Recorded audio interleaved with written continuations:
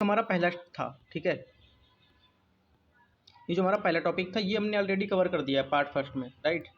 ये टॉपिक यहाँ से यहाँ तक पूरा मैंने कवर कर दिया पार्ट फर्स्ट में। तो इसका पार्ट फर्स्ट ये है, और पार्ट सेकंड में हमारा सेकंड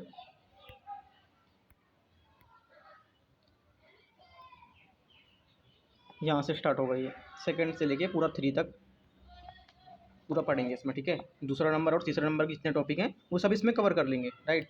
तो इसमें पहला टॉपिक हमारा है प्रश्न काल दिया हुआ है, ठीक है। प्रश्न काल क्या होता है और किस टाइप से इसमें क्वेश्चन बनेंगे तो हम इसमें डिस्कस कर लेते हैं, ठीक है। पहला टॉपिक हमारा है सेकंड में प्रश्न काल।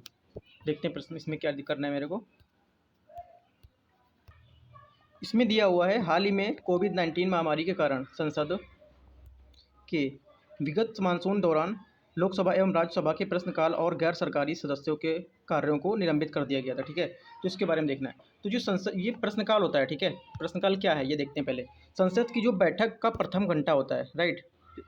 जो संसद की बैठक होती है उसका जो पहला घंटा होता है उसको क्या बोलते हैं, प्रश्नकाल बोलते हैं उसको, ठीक है। इसमें सरकारी कार्यकलापों और प्रशासन से संबंधित प्रश्न पूछे जाते हैं, ठीक है। तो इसमें आपको फर्स्ट पॉइंट में याद रखना है क्या बोला मैंने। अब सेकंड पॉइंट इसका देखते हैं क्या लिखा है। इसमें सेकंड में लिखा हुआ है प्रश्नों की श्रेणियाँ, ठीक है। तो इसमें कौन कौन से प्रश्न पूछे जाते हैं वो जो प्रश्नों की श्रेणियाँ हुई हैं वो बता रहा है इसमें क्या क्या है। पहला दिया हुआ है इसमें तारांकित प्रश्न, ठीक है। दूसरा दिया हुआ है अतारांकित प्रश्न, और तीसरा दिया हुआ है अल्प सूचना प्रश्न। तो जो तारांकित प्रश्न है इसमें मौखिक उत्तर की आवश्यकता होती है, राइट। इसमें मौखिक उत्तर की आवश्यकता होती है, और जो अतारांकित होते हैं इसमें लिखित उत्तर की आवश्यकता होती है, राइट। और जो इसमें अल्प सूचना जो प्रश्न है, ठीक है, इसमें जो हम लोग कोई बैठक आरंभ हो जाती है जिसमें कि जो सभा होती है, ठीक है, सभा में जो बैठक जो आरंभ होती है उसके बाद क्वेश्चन करते हैं उसको बोलते हैं अल्प सूचना प्रश्न, राइट। ये 3 है। अगर आपको ना यहाँ से क्वेश्चन ऐसे बना सकता है, आपको मैचिंग करने को दे देगा, ठीक है। आपको बताता हूँ, आपको मैचिंग करने को दे देगा। पहला आपको स्टेटमेंट ये, दूसरा ये, तीसरा ये, और आपका जैसे पहला आपका ये सही है, दूसरा ये सही, तीसरा ये सही है, तो आपको ये वाला कर देगा, ये ऊपर रख देगा ऐसे, या फिर ऐसे करेगा, इनको मैच करो कौन कौन सा सही है। तो अगर क्या बताना है आपको, तारांकित प्रश्न मौखिक उत्तर की आवश्यकता है, अतारांकित प्रश्नों में लिखित उत्तर की आवश्यकता है, जबकि अल्प सूचना जो पत्र होता है उसमें बैठक जो होती है सभा की उसके बाद जो क्वेश्चन पूछते हैं वो बोलते हैं अल्प सूचना पत्र, ठीक है, अल्प सूचना प्रश्न। अगला इसमें देखते हैं क्या लिखा है। इसमें दिया हुआ है विगत वर्षों में प्रश्नकाल का निलंबन। जो विगत वर्ष अभी कुछ टाइम पहले से चला आ रहा है, इसमें प्रश्नकाल को निलंबन किया गया उसमें, ठीक है। इसमें दिया है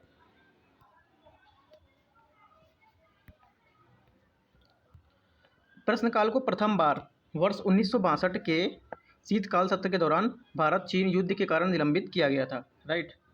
जो भारत चीन का युद्ध है उस युद्ध हुआ था उसके बाद, ठीक है, उस दौरान ही या उसके बाद बोल सकते हैं, उसमें यह इसको निलंबन किया गया था, उसको मतलब इसको रोका गया था, राइट। इसी प्रकार वर्ष 1971 के शीतकालीन सत्र में इससे पाकिस्तान के युद्ध के साथ जो पाकिस्तान की युद्ध जब हुआ था उसके कारण इसको निलंबित कर दिया गया था, ठीक है। 2 बार निलंबित किया गया। पहली बार किया गया था जब भारत चीन का युद्ध हुआ था उसके कारण, और दूसरा भारत पाकिस्तान के युद्ध के कारण, ठीक है।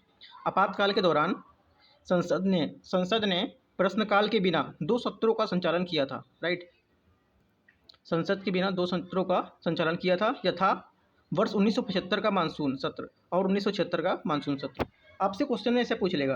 पहले क्वेश्चन देखो कि यहाँ से ऐसे बनाते हैं। इसमें बोल देगा आपको कि जो हमारा प्रश्नकाल है, ठीक है, वो भी अभी तक कभी निलंबित नहीं हुआ है ना। तो ये गलत है। ये हमारा निलंबित हो चुका है 2 बार। एक तो भारत चीन युद्ध के पास, और एक पाकिस्तान का जो युद्ध हुआ था भारत के उस टाइम पे, ठीक है। आपका ये क्वेश्चन ये बना है। दूसरा क्वेश्चन आपका ये बनता है, ये बोलेगा कि आपातकाल के दौरान, ठीक है, आपातकाल के दौरान क्या जो प्रश्नकाल है, ठीक है, जो प्रश्नकाल है उनका संचालन किया जा सकता है। तो आपको क्या मारना है, यस किया जा सकता है, क्योंकि 1975 और 1976 में इसको संचालन किया गया था, राइट। ऐसा अगला देखते हैं क्या टॉपिक है हमारा। इसी में देखो दिया हुआ है शून्यकाल, है ना। शून्यकाल क्या है, शून्यकाल के बारे में भी जान लेते हैं। शून्यकाल दिया हुआ है, ये शून्यकाल के दौरान मामलों जो होते हैं उनको उठाने के इच्छुक सदस्यों और दैनिक सत्र आरंभ होने से पूर्व अध्यक्ष को नोटिस देने की आवश्यकता होती है, ठीक है। शून्यकाल भारत की संसद का एक नवाचार है, और प्रश्नकाल के विपरीत यह है, प्रक्रिया के नियमों को उल्लिखित नहीं है ना। शून्यकाल वर्ष 1962 से अस्तित्व में है। सत्र के दौरान प्रत्येक दिन शून्यकाल का होना अनिवार्य नहीं है। यहाँ से भी देखो दो क्वेश्चन को बनाएंगे, राइट। हम सिर्फ आपको ये बता रहे हैं कि क्वेश्चन आपको कैसे बनाना है, बाकी तो पढ़ाएंगे आपको वीडियो ना, यूट्यूब पे बहुत सारे वीडियो मिल जाएंगे, वो तो सब समरी कवर करा रहे हैं कि कैसे करना है, पूरा एक एक करके आपको पढ़ाते चले जाएंगे, आपको क्वेश्चन नहीं पता चलेगा कि क्या करना है, और जब एग्जाम में आएंगे तो आप गलत करके आओगे। तो यहाँ पे आपको ना पहले सबसे अच्छी बात ये कि आपको क्वेश्चन सीखना है कि कैसे बन सकते हैं क्वेश्चन, राइट। तो इसमें देखते हैं कि इसमें कैसा क्वेश्चन बन सकता है। इसमें लिखा है शून्यकाल वर्ष 1962 से अस्तित्व में है। आपसे क्वेश्चन दे देगा शून्यकाल के बारे में, कहेगा शून्यकाल के बारे में विचार करो, ये आज़ादी के पहले से ही अस्तित्व में, ऐसे देगा कि आज़ादी से पहले से अस्तित्व में है, ठीक है। और दूसरा स्टेटमेंट दे देगा कि प्रत्येक सत्र के दौरान शून्यकाल का होना आवश्यक होता है। तो दोनों गलत है हमारे, क्योंकि देखो पहला आज़ादी के बाद हुआ है 1962 में, राइट। और जो दूसरा है प्रत्येक, जो लिखा है प्रत्येक दिन शून्यकाल का होना अनिवार्य नहीं है, और स्टेटमेंट में क्या था, मैंने बोला है अनिवार्य था, तो क्या हो जाएगा, गलत हो जाएगा, राइट। तुम्हारे ये दोनों क्वेश्चन यहाँ से बन सकते हैं ऐसे, है ना। आपके देखो जिसमें जितना मैं टॉपिक बताया उसमें से 4-5 क्वेश्चन इस टाइप में बनेंगे, अगर बन सकते हैं तो, है ना। अगला देखते हैं।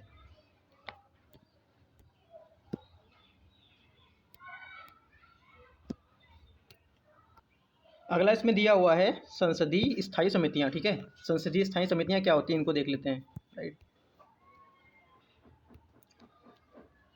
ये न्यूज़ में क्यों रहा है ना। ये तो ऊपर लिखा हुआ है कि राज्यसभा में सभापति जो थे सदन की समितियों का पैनलों के लिए 2 वर्ष के लिए निश्चित कार्यकाल के लिए इसको आवश्यकता के लिए रेखांकित किया गया था, ठीक है। तो इसलिए ये न्यूज़ में था। तो इसमें देखते हैं कि हमारे इसमें क्वेश्चन कैसे बनेगा। हमें पूरा इसको नहीं पढ़ना है कि पूरा पढ़ना है, उसके बाद पढ़ने के बाद भी क्वेश्चन नहीं सॉल्व कर पाना है, थोड़ा पढ़ना है बट क्वेश्चन को सॉल्व करना है, ऐसे पढ़ना है मुझे को, ठीक है। तो इसमें देखते हैं क्या क्या पढ़ना है हमें। पहली बात तो इसमें याद रखनी है, ज्ञात है कि वर्तमान में संसदीय स्थायी समितियां पीएससी, ठीक है, का कार्यकाल 1 वर्ष का होता है, अर्थात इन्हें 1 वर्ष के लिए गठित किया जाता है। आप खुद देगा कि जो स्थायी समितियां हैं उनका कार्यकाल 2 वर्ष का होता है, या इनका कार्यकाल स्थायी नहीं होता है, तो आपको क्या मानना है, इनका कार्यकाल 1 वर्ष का होता है, ठीक है। आपको तो पहले क्वेश्चन यहाँ से बनता है ना। दूसरा क्वेश्चन क्या बन सकता है, इसमें लिखा है संसदीय समितियाँ 2 प्रकार की होती हैं, है ना। संसदीय समितियाँ 2 प्रकार की होती हैं, पहली स्थायी समिति, दूसरी तदर्थ समिति। स्थायी समिति क्या है, ये प्रकृति में स्थायी होती हैं, ठीक है, और प्रतिवर्ष गठित की जाती हैं। दूसरा क्या है, तदर्थ समितियाँ में ये प्रकृति में अस्थायी होती हैं और उन्हें सौंपे गए कार्य के बाद उनका पूर्ण हो जाने पर, मतलब कार्य को पूरा हो जाने के बाद इनका कोई अस्तित्व नहीं रहता है, इनका अस्तित्व समाप्त हो जाता है, ठीक है। आपसे दे देगा, आपको क्वेश्चन ऐसे देगा, स्थायी समिति के बारे में कहेगा विचार करो, 2 बातें आपको देगा, उसमें दे देगा कि स्थायी समिति के बारे में पूछेगा और दे देगा आपको स्टेटमेंट इसकी, राइट। कहेगा ये प्रकृति में अस्थायी होती हैं, उन्हें सौंपे गए कार्य के बाद पूर्ण हो जाने के बाद इनका अस्तित्व समाप्त हो जाता है, तो ये गलत है ना। तो हमारा ये पहला होगा, इसका जो पहली वाला स्टेटमेंट ये होगा, ठीक है। ये तो ऐसे भी पूछ सकता है, ये बोल देगा, एक स्टेटमेंट इसकी डाल देगा, स्थायी समिति में प्रकृति जो होती है वो स्थायी होती है, और जो दूसरी वाली है ये बोल देगा कि इनको सौंपे गए कार्य पूर्ण हो जाने पर अस्तित्व समाप्त हो गया, तो ये क्या गलत है, ठीक है। ऐसे करना है। स्थायी समिति क्या होती हैं, प्रतिवर्ष गठित होती हैं और इस प्रकृति में स्थायी होती हैं, राइट, ऐसा। और इसमें क्या दिया हुआ है देख लेते हैं।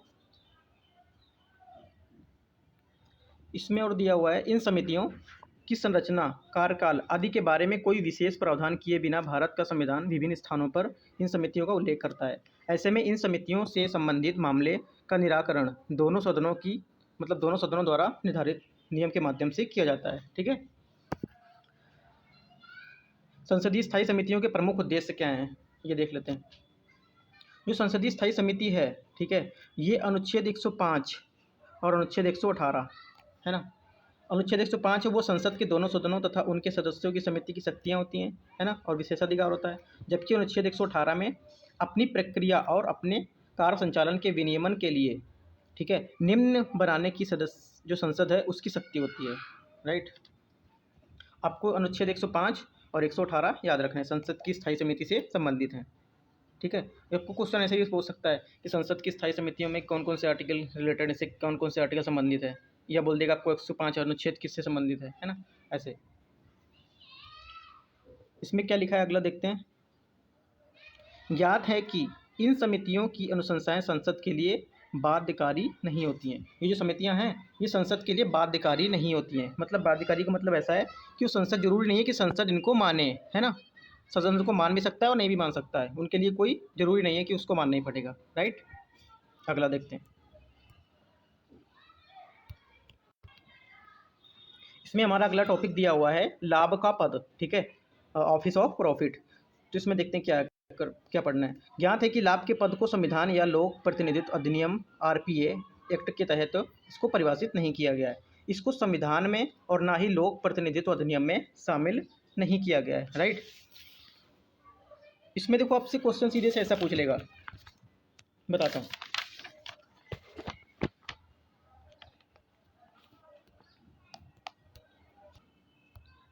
आपसे देखो पहला क्वेश्चन तो ऐसे पूछ लेगा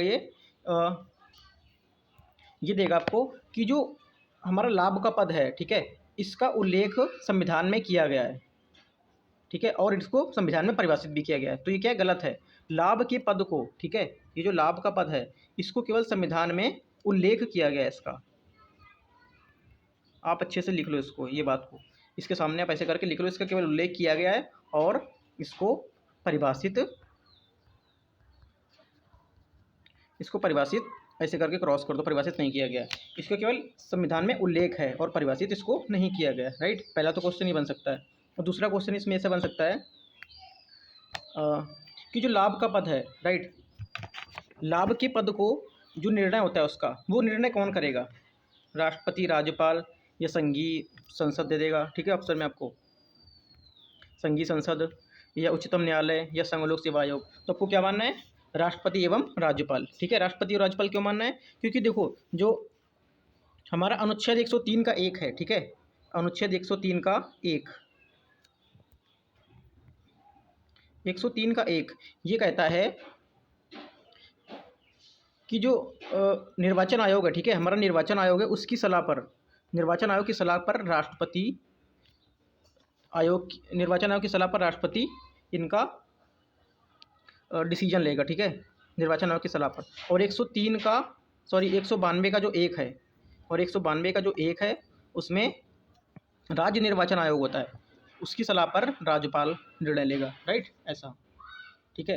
तो आपको क्या आंसर मानना है, राष्ट्रपति और राज्यपाल। क्वेश्चन ऐसे पूछेगा कि लाभ के पद का निर्णय कौन करता है। लाभ के पद का निर्णय राष्ट्रपति एवं राज्यपाल करते हैं। राष्ट्रपति आपको करता है 103(1) के तहत, जो हमारा क्या है, जो निर्वाचन आयोग है हमारा, ठीक है, सेंट्रल निर्वाचन आयोग, उसके मतलब जो सलाह लेके करेगा, ठीक है।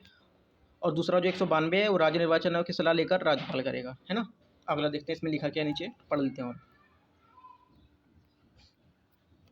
इसमें दिया हुआ है संवैधानिक प्रावधान अनुच्छेद 102, ठीक है, अनुच्छेद 102 का 1 और अनुच्छेद 191 का 1, जैसा मैंने बताया आपको, है ना, वैसे इसमें भी दिया हुआ है। 102 का 1 है, उसमें संसद द्वारा,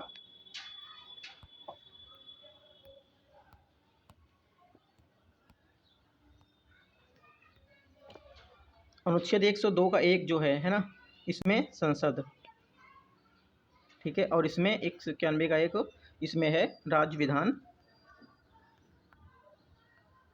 मंडल, ठीक है, राज्य विधान मंडल।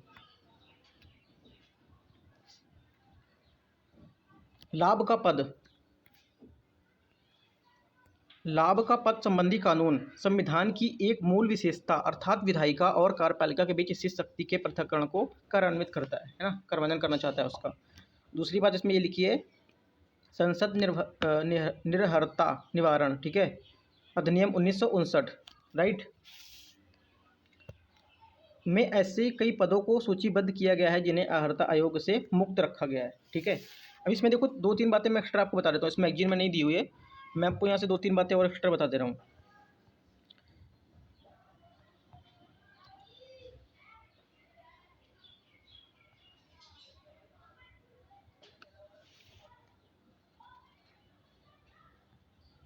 देखो सुप्रीम कोर्ट ने कुछ टाइम फैसला दिया था, कुछ टाइम पहले, जो जया बच्चन है, ठीक है, जया बच्चन वो सुप्रीम कोर्ट वो सांसद थी पहले, ठीक है, वो उन्होंने लाभ का पद को धारण किया था, इस वजह से उनकी सदस्यता को निरस्त कर दिया गया, राइट। लाभ के पद को क्यों निरस्त कर दिया गया था उनका, क्योंकि वो देखो दोनों जगह से वेतन भत्ते ले रही थी, वेतन भत्ते भी ले रही हैं और उधर जो अपना कार्य कर रही थी वो तो कर ही रही हैं, ठीक है। तो इसलिए उनको उनकी जो विधायकी थी, मतलब सॉरी, जो उनकी सांसद था वो निरस्त कर दी गई थी, राइट। इसके लिए होता है कि आप गवर्नमेंट के द्वारा, अगर आप सरकारी गवर्नमेंट के द्वारा चुने गए हो, ठीक है, गवर्नमेंट के द्वारा अगर आप चुने गए हो, राइट, और आपको वेतन भत्ते, ठीक है, और जो भी भत्ते मिलते हैं, अगर मिलते हैं तो ये लाभ के पद पर माना जाएगा, राइट।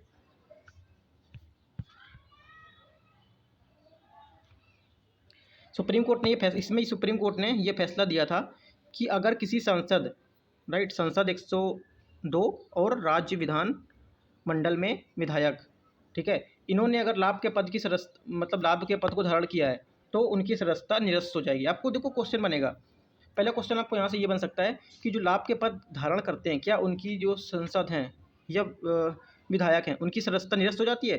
तो आपको यस मारना है, राइट, हाँ, उनकी सदस्यता निरस्त हो जाती है, ठीक है, ऐसा, बस इतना है इसमें। और इसमें अगला टॉपिक देखते हैं, राज्यसभा निर्वाचन, राज्यसभा इलेक्शन को देखते हैं, इसमें क्या दिया है। राज्यसभा इलेक्शन में हमको देखना क्या है, इसमें देखना है कि राज्यसभा क्या है, क्यों इसका निर्वाचन किया था, कैसे किया था, और इसका संवैधानिक आधार क्या है, ठीक है, ये देखना है। राज्यसभा स्थानीय निकाय है, ठीक है, किंतु 1/3 सदस्य इसके प्रत्येक 2 वर्षों में सेवानिवृत्त हो जाते हैं, मतलब रिटायरमेंट हो जाते हैं। आपसे क्वेश्चन देगा जो राज्यसभा के सदस्य हैं, ठीक है, वो प्रत्येक वर्ष 1/3 सदस्य प्रत्येक वर्ष सेवानिवृत्त हो जाते हैं, तो गलत है। क्या होगा? प्रत्येक 2 वर्षों में होते हैं, ठीक है। और इसको निर्वाचित कैसे करते हैं? राज्य विधानसभा के निर्वाचित सदस्य होते हैं, उनके दौरान इसको निर्वाचन किया जाता है, राइट। इसकी क्या विधि है, कौन सी विधि से इसको निर्वाचन करते हैं? अनुपातिक प्रतिनिधित्व पद्धति के अनुसार एकल संक्रमणी मत द्वारा इसको निर्वाचित करते हैं, ठीक है। और जो चौथी अनुसूची है ना, चौथी अनुसूची हमारी है, उसमें दिया हुआ है, चौथी अनुसूची उसमें दिया हुआ है जनसंख्या के आधार पर सीटों का आवंटन। आपसे देखो सीधे से क्वेश्चन पूछ लेगा ऐसा कि चौथी अनुसूची किससे संबंधित है। अभी देखो कुछ टाइम पहले यूपीएससी ने 2019 के प्रीलिम्स में ये क्वेश्चन पूछा था ऐसा। चौथी अनुसूची पे नहीं पूछा, बट उसने पूछा था छठवीं अनुसूची, जो छठवीं अनुसूची है वो किससे संबंधित है। 4 ऑप्शन ऐसे करके दिए थे, ठीक है। तो आपसे ये पूछ सकता है कि चौथी अनुसूची किससे संबंधित है, तब को क्या बताना है? जनसंख्या के आधार पर सीटों का आवंटन, मतलब सीटों का बंटवारा, ठीक है। और अनुच्छेद 80 क्या है कि मतलब हमारे यहाँ एक राज्यसभा होगी, ठीक है। इसके कुल सदस्य 250, जिसमें 12 राष्ट्रपति द्वारा नाम निर्दिष्ट किए जाते हैं, राइट। कार्यकाल 6 वर्ष का होता है।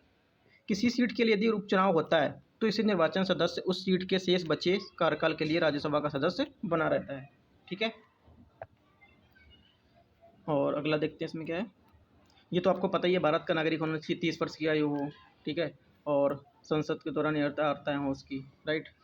अब इसमें देख लेते हैं क्या न्यूज़ सुर्खियों में रही हैं, और जो इम्पोर्टेंट न्यूज़ है क्या है वो, ये देख लेते हैं। इसमें देखो अनुच्छेद 164(1) में दिया है, आर्टिकल 164A, राइट। इसमें देखने क्या है, किसी राज्य की मंत्री परिषद में मुख्यमंत्री सहित मंत्रियों की कुल संख्या उस राज्य की विधानसभा की सदस्यों की कुल संख्या के 15% से अधिक नहीं होगी, ठीक है। इस प्रावधान को संविधान 91वें संविधान संशोधन, ठीक है, 91वें संविधान संशोधन में इसको जोड़ा गया था, ठीक है। आपसे देगा क्वेश्चन में कि इनमें से 91वें संविधान संशोधन किससे संबंधित है, तो आपको ये बात दे देगा, और भी 2-3 बातें देगा, ठीक है। तो आपको क्या मानना है, इनकी संख्या जो होती है विधानसभा में 15, कुल सदस्य संख्या का 15% से अधिक नहीं हो सकती है, इससे संबंधित है, ठीक है। और इसमें दिया हुआ है नेक्स्ट, तो इसमें ये सेकेंड स्टेप, मध्य प्रदेश में मंत्री परिषद की वर्तमान संख्या अनुच्छेद 164A द्वारा निर्धारित 15% की सीमा से अधिक है, अतः यह अनुच्छेद 164 का उल्लंघन के समान है, ठीक है। आपसे देगा क्वेश्चन में कि जो 15% से अधिक है, ये वाला आपको क्वेश्चन टाइप में देगा कि अभी तक ऐसा कभी नहीं हुआ है, ठीक है। तो ये गलत है, ये भी तक देखो मध्य प्रदेश में ऐसा है कि यहाँ पे 164 है ना, इसको 15% से अधिक है, इसलिए इसका ये अपवाद है, राइट, इसलिए न्यूज़ में था ये। अगला देखते हैं। अगला हमारा टॉपिक दिया हुआ है संसद सदस्य स्थानीय क्षेत्र विकास योजना निधि, ठीक है, member parliament of local area development, ठीक है, इसके बारे में देखना है। इसमें आपको ये क्या 2-3 बातें याद रखनी है, सिर्फ, ज़्यादा नहीं देखना है। अनुसूचित जाति की आबादी वाले क्षेत्रों के लिए MPLADS मीन्स संसद सदस्य स्थानीय क्षेत्र विकास योजना में न्यूनतम 15% और अनुसूचित जनजाति वाले आबादी वाले क्षेत्रों के लिए 7.5% लागत वाले कार्यों की अनुशंसा करना अनिवार्य माना गया है, ठीक है। इतना देखना, इंपॉर्टेंट इतना ज़्यादा नहीं है ये। और अभी देख लेते हैं नीचे क्या टॉपिक है। ये देखो इसमें दिया हुआ है महान्यायवादी के बारे में, ठीक है। महान्यायवादी क्या है, देखो महान्यायवादी है, इनको भी हाल ही में 1 वर्ष के लिए दोबारा से नियुक्त किया गया है, इसलिए ये न्यूज में रहे हैं, ठीक है। के वेणुगोपाल महान्यायवादी को 1 वर्ष के लिए नियुक्त किया गया दोबारा से, हाँ, इसलिए न्यूज़ में है ये। तो उसके बारे में जान लेते हैं। महान्यायवादी जो है भारत के संविधान के अनुच्छेद 76, ठीक है, के तहत महान्यायवादी पद का प्रावधान किया गया है। वह देश का सर्वोच्च विधि अधिकारी होता है, राइट। उसमें उच्चतम न्यायालय के न्यायाधीश के रूप में होने की अर्हता होनी चाहिए, ठीक है। महान्यायवादी पद का कार्यकाल संविधान द्वारा निर्धारित नहीं किया गया है, ये राष्ट्रपति के पश्चात पर्यंत होता है, ठीक है। जो महान्यायवादी होता है इसका संविधान में जो कार्यकाल है वो वर्णित नहीं किया गया है, राइट, और इसका पद भी वर्णित नहीं किया गया है, ठीक है। वह राष्ट्रपति के पश्चात पर्यंत ही कार्य पर बना रह सकता है, पद पर अपने, है ना। उसने संसद के दोनों सदनों की कार्यवाही में भाग लेने और बोलने का अधिकार है, परंतु मतदान देने का अधिकार इसको नहीं है। आपसे क्वेश्चन सीधे से दे देगा कि आर्टिकल 76 किससे संबंधित है, आपको क्या बताना है, महान्यायवादी से, ठीक है। दूसरा क्वेश्चन आपसे यहाँ पर इससे पूछ सकता है कि महान्यायवादी के बारे में आपको विचार करना है, ठीक है। अब दे देगा ये उच्चतम न्यायालय के न्यायाधीश के रूप में नियुक्त होने की वाली अर्हता रखता है, राइट। इसे इसका पद जो संविधान के द्वारा निर्धारित नहीं किया गया है ना, ये दे देगा। ये बोल देगा कि वह राष्ट्रपति के पश्चात पर्यंत कार्य पर रहता है, ठीक है। ये बोल देगा कि दोनों सदनों के सदस्य मतलब जो कार्रवाइयाँ होती हैं उनमें भाग लेने, बोलने और मतदान करने का अधिकार होता है। तो आपको क्या माना है, गलत, उसको मतदान करने का अधिकार नहीं होता है, ये आपको अच्छे से देखना है, ठीक है। तो 4-5 बातें याद रखनी है। अगला देखते हैं क्या है।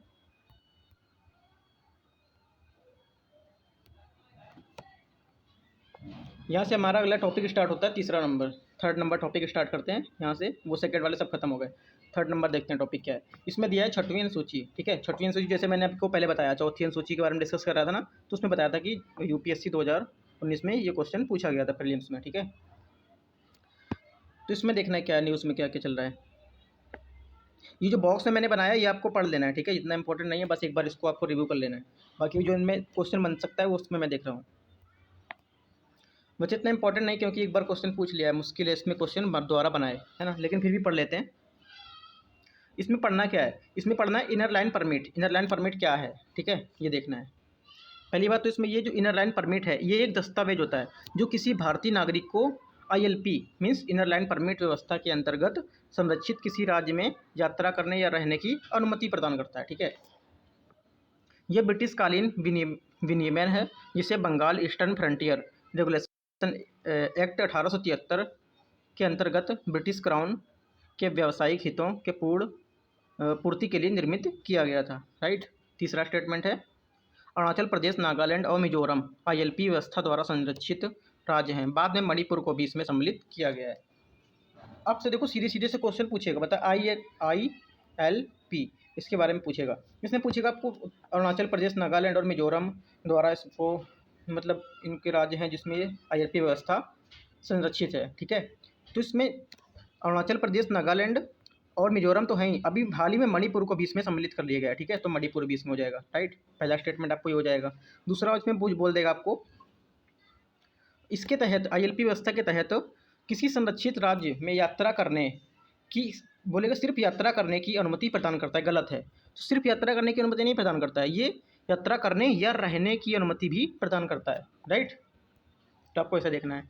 और तीसरी बात क्या बोल देगा, तीसरी बात बोल देगा यह ब्रिटिशकालीन विनियमन है जिसे बोल देगा रेगुलेशन एक्ट 1873, ये बोल देगा 1884 के तहत इसको क्राउन के लिए आपूर्ति के लिए विनियमित किया गया था। तो आपको क्या याद रखना है, 1873 याद रखना है, ठीक है। 3 बात हो गई। चौथी बात है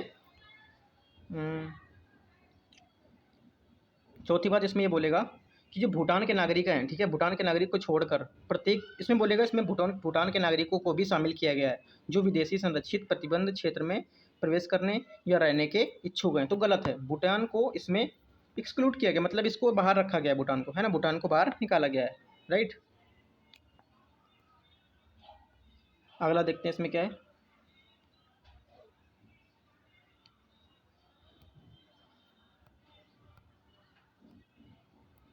इसमें अगला दिया हुआ है 6ठी अनुसूची के बारे में, ठीक है। 6ठी अनुसूची क्या है इसके बारे में भी थोड़ा सा देख लेते हैं।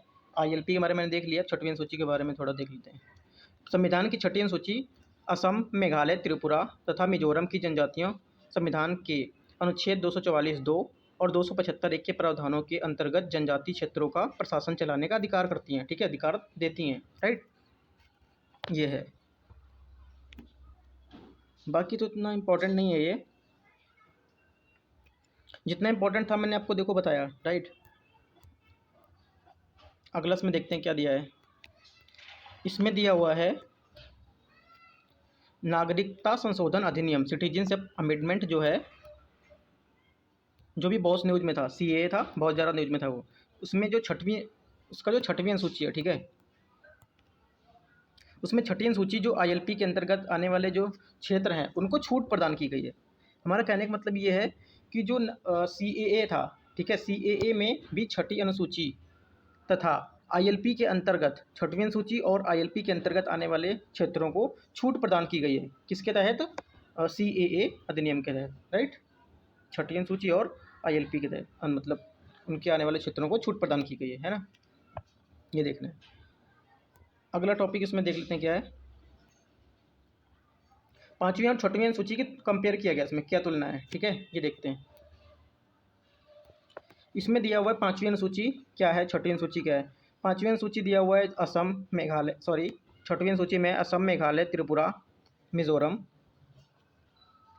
ठीक है, असम, मेघालय, त्रिपुरा, मिजोरम, ठीक है। और जो पांचवी अनुसूची उसमें आंध्र प्रदेश, तेलंगाना, छत्तीसगढ़, हिमाचल प्रदेश, मध्य प्रदेश, उड़ीसा और राजस्थान सम्मिलित हैं। आपको देखो क्वेश्चन ऐसे पूछ लेगा कि छठवीं अनुसूची में कौन कौन से राज्य सम्मिलित हैं या पांचवीं अनुसूची में कौन कौन से राज्य सम्मिलित हैं, तो आप देखो पांचवी छठवीं अनुसूची की याद कर लो, क्योंकि देखो इसमें कम राज्य हैं, ठीक है, इसमें सिर्फ 4 ही राज्य हैं, असम है, मेघालय है, त्रिपुरा, मिजोरम है।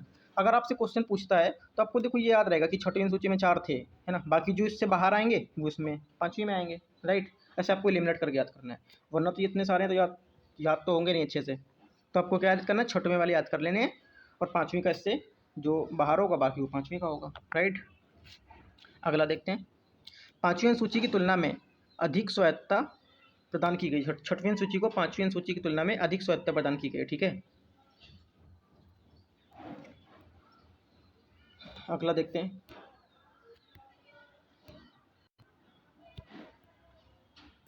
इसमें दिया हुआ है केंद्र एवं राज्य सरकार की उधार लेने की शक्ति, ठीक है। हाल ही में वर्ष 2020-21 में राज्यों ने उधार सीमा को सकल राज्य घरेलू उत्पाद को 3% से बढ़ाकर 5% कर दिया है। जो केंद्र और राज्य हैं वो उधार लेते हैं तो उनकी शक्ति की तुलना की गई है इसमें, ठीक है। देखते हैं क्या क्या तुलना की गई है।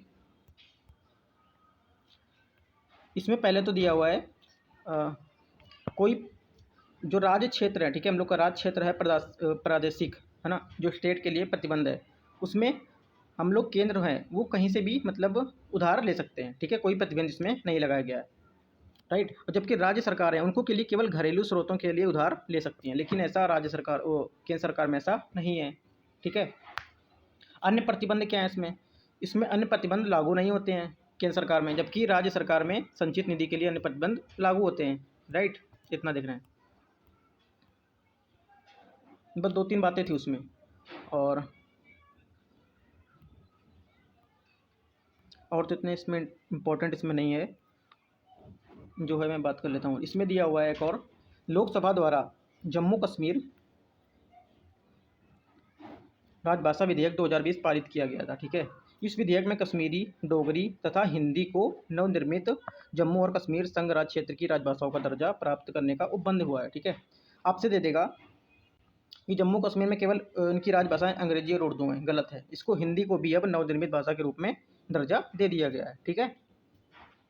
संविधान के भाग 17 में, ठीक है, भाग 17 के अनुच्छेद 343 से 351 राजभाषा से संबंधित है, राइट। तो अनुच्छेद 343 में ये प्रावधान किया गया है कि संघ की राजभाषा हिंदी और देवनागरी लिपि होगी। आपसे बोल देगा अनुच्छेद 343 संबंधित है किससे, है ना, या तो बोल देगा हिंदी की राजभाषा और देवनागरी लिपि होगी हमारे यहाँ, मतलब हमारे संघ में हिंदी की राजभाषा हिंदी और देवनागरी लिपि होगी, किस अनुच्छेद में बोला गया, तो 343, राइट। ऐसे अगला देखते हैं। अगला हमारा टॉपिक दिया हुआ है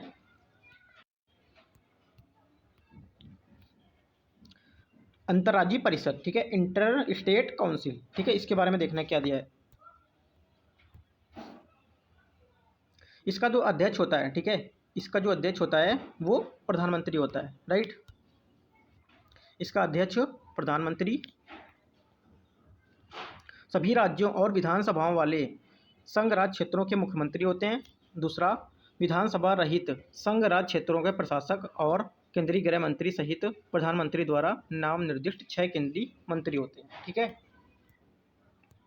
जो परिषद की स्थायी समिति होती है उसमें कौन कौन होता है? परिषद की स्थायी समिति में केंद्रीय अध्यक्ष जो होता है इसका वो होता है केंद्रीय गृह मंत्री, और जो इसके सदस्य होते हैं 5 कैबिनेट के मंत्री होते हैं और 9 मुख्यमंत्री होते हैं, ठीक है।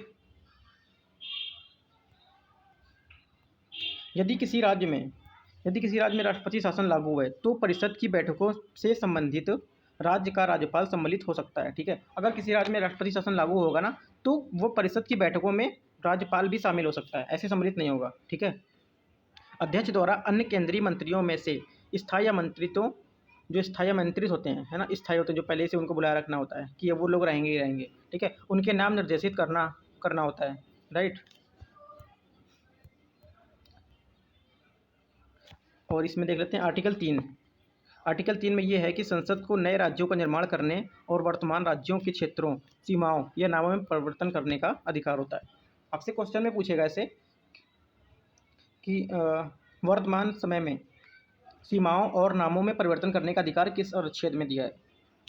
राज्य का निर्माण नहीं पूछेगा, तो सबको पता होता है कि 3 में है, तो इसलिए हटा देगा। इसे बोल देगा वर्तमान में सीमाओं और नामों के परिवर्तन करने का दिएगा किस आर्टिकल में, तो क्या मारना है आपको? आर्टिकल नंबर 3 में, ठीक है। अगला देखते हैं। अगला हमारा टॉपिक दिया हुआ है आकांक्षी जिला कार्यक्रम, ठीक है। आकांक्षी जिला कार्यक्रम क्या है इसको देख लेते हैं।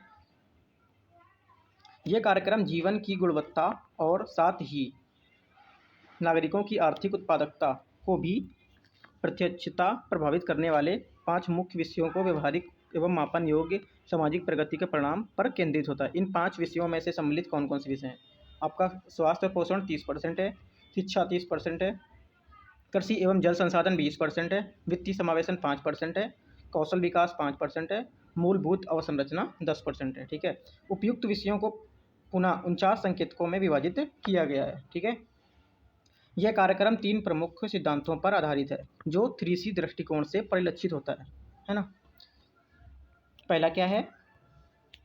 पहला में हमारा यथा केंद्र राज्य योजनाओं का अभिसरण।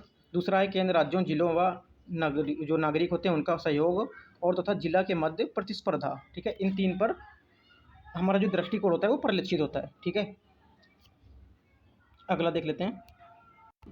इस कार्यक्रम की मूल संरचना, ठीक है। इस कार्यक्रम की जो मूल संरचना है वो केंद्रीय स्तर पर नीति आयोग, ठीक है, केंद्रीय स्तर पर नीति आयोग द्वारा इस कार्यक्रम को संचालन किया जा रहा है। प्रत्येक संबंधित मंत्रालय जिलों की प्रगति एवं संवर्धन के लिए उत्तरदायी स्वीकार किया है। आपसे बोल देगा, सीधे से आपसे क्वेश्चन ऐसे पूछ लेगा कि जो ये आकांक्षी जिला कार्यक्रम है, ठीक है, इसको कौन कर रहा है, कौन इसको मतलब चला रहा है ना, कौन इसको देखेगा, संचालन कौन करेगा? तो आपको क्या मारना है? सीधा सा आकांक्षी जिला कार्यक्रम कौन है, कौन चला रहा है? नीति आयोग, ठीक है, इतना याद रखना है, राइट। और आपको जो मैंने 5 बातें बताई कि इसमें 5 बातें ये सम्मिलित हैं। स्वास्थ्य सम्मिलित है इसमें, ठीक है, स्वास्थ्य, शिक्षा है, कृषि है, वित्तीय समावेश है, कौशल है, विकास है और मूलभूत अवसंरचना। इतनी चीज़ें रहेगा ये, है ना। इतनी 2-3 बातें आपको सिर्फ याद रखनी है।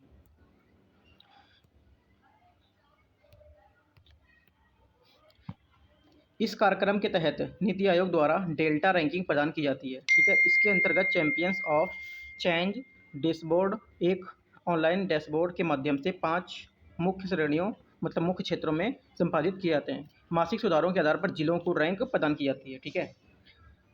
आपसे बोलेगा कि क्वेश्चन में ऐसे ही पूछ लेगा सीधा सा, डेल्टा रैंकिंग ये जो दी है, डेल्टा रैंकिंग किसके द्वारा जारी की जाती है? तो क्या बोलना है आपको? नीति आयोग, राइट।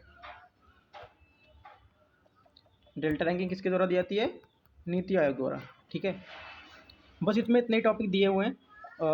हम लोगों का पहला तो मैंने पहले वीडियो में कवर कर लिया था, दूसरा इसमें कवर कर लिया है, तीसरा भी इसमें कवर कर लिया है। अब जो चौथा बचा है, चौथा, पाँचवा, छठा, ये एक वीडियो में कर देंगे, ठीक है। फिर बचेगा 7वां और 8वां, ये एक वीडियो में कर देंगे, ठीक है। तो ये यहाँ तक हमारे पूरे हो गए। अब ये एक वीडियो और कर देंगे, तीसरा ये बनेगा और चौथा ये, इसमें भी कवर कर देंगे पूरा। तो ये मैगजीन हमारी ख़त्म हो जाएगी, राइट। ठीक है, अपना वीडियो यहीं पे ख़त्म करते हैं। Thank you.